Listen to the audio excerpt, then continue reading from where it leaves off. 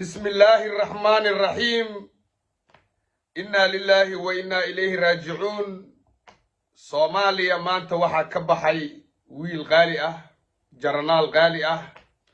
walaal qaali ah, Farxaan Qaroole. Ilaahay jaranaalka ha u naxariisto. Waa maalin mugdi ah, waa maalin aan qurux badnayn marka loo fiirsho ummadda Soomaaliyeed. waxaan maqli jiray faaraxow galgaladkaan dhigiyay gamal la'aanteyda gasinkii la ii dhigay waxaan gooska uga daayay geeridii farxaanay sheegayaan gacal hawaayeene gabla mooyin waxay ii wadaan guuldaraya hooge abidkiiba rag waa go'i jiray tarisa waa gowe abidkii rag waa go'i jiray waxa keliya Soomaalidu maalin walba iska dhimatay waxa keliya oo wiilkaa yar uga duwanaa wiilasha kale ilaahay ha u naxariista ayagana wiilkaa yar laba cisho ka joogaa Yurub ma nasan aagii u galay aagii dagaalkii Basra miina waxay kula qarxaday saacad ka hor aaga laba buundaale deegaanka Basra ee degmada Balcad hoos timaada. Farxaan ma ahayn dadka dagaalka lagula jiro al-shabaab istususka u kiyama ahayn. Farxaan ma ahayn ragga saacadaha iyo faraantiga qaaliga inta xirto isku soo sawiro aaga dagaalka ma ahayn. Farxaan wuxuu ahaa nin ay ka go'an tahay inuu u dhinto si loo helo shacab Soomaaliyeed oo baraare iyo bashbash ku nool isaga gadaashiisa. Farxaan waxaan xasuustaa hotel kasta uu qarax ka dhaco ninka ugu horeeyay jaranjarada ku booday isagoo ahaa qaraxa hotelka ma qaraxyaa ku xiran ma miinooyina ku aasan ma rag isqarxinaya jiro ma xabada kugu soo dhaxayso aniga hadda intaan ka aqaan Farxaan waa sheegi doonaaye barsalan intaas ka naqaanee inta kaliya annaga dhan aan ka naqaano isku raacsanaa waxa weeye inuusan geeri horta kala jecleen. haddii shabaabku ay ku faanaan geeridiisa maanta waxay noqon doontaa wax qariib ah ay noqon doontaa iyadana wax cajiib noqon doontaa nin isaga jaranjaro dhigan jiray si shacabkan uu helo baraare iyo bashbash iyo nabad. haddii geeridiisa naftiisa lagu helayo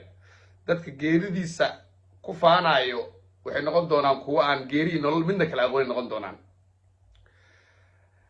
Farxaan aniga shakhsiyadeeda ilaahay ha u naxariisto jannadii fardoos u soo wada qora ilaahay jannadii fardoos ha ka waraabiyo maanta kulay shucuurteedu ma fiicna. Farxaan aniga iskuulaan ahayn yaraanteennii dugsiga hoose dhexe sare ee Ablaal degmada Hurwaa ayaan isla dhigi jirnay. waqti hore ayaan iigu dambeysay 2004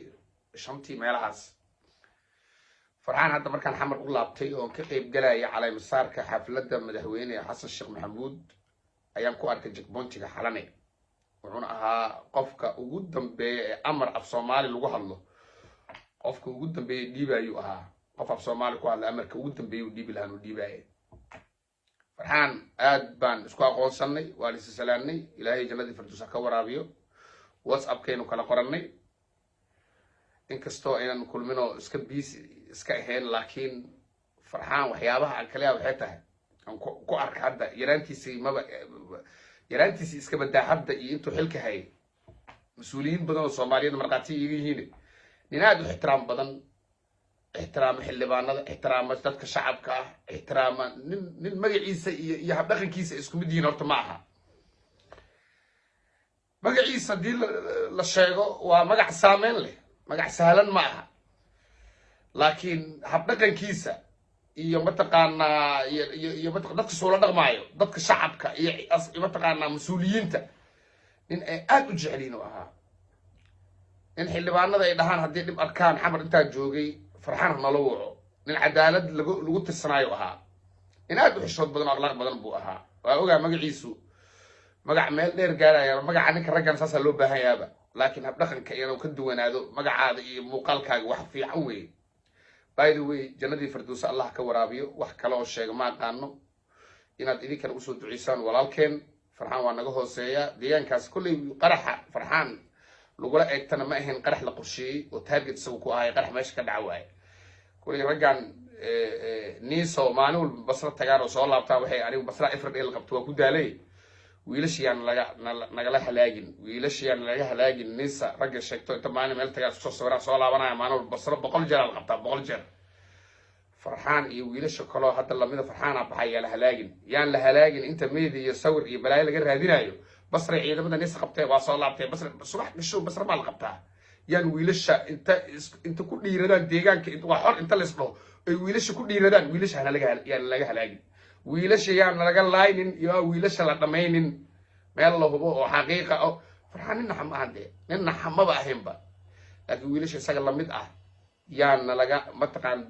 dabin yaan loo shirqoorin intaasaan leeyahay intaasaan barnaamijkayga saakay kusoo gabagabeynaya beesha reer xaaji saleebaanna waxaan leeyahay si gaar ayaan ugu tacsiyinayaa marka khayr allah idin siiyo farxaanna allah u naxariisto